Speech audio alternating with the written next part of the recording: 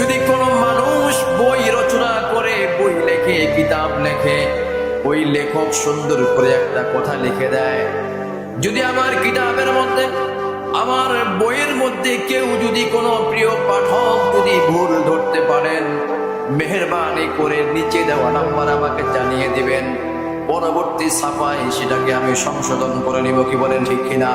রব্বুল আলামিন এমন কিতাব পাঠালেন, এমন কিতাব নাজিল করলেন, এমন সংবিধান বিশ্ব নবীর উপরে নাজিল করলেন, যেই সংবিধানের শুরুতে আল্লাহ বলেন, যালিকাল কিতাবু লা রাইবা ফীহি হুদাল লিল মুত্তাকিন। আল্লাহু আকবার।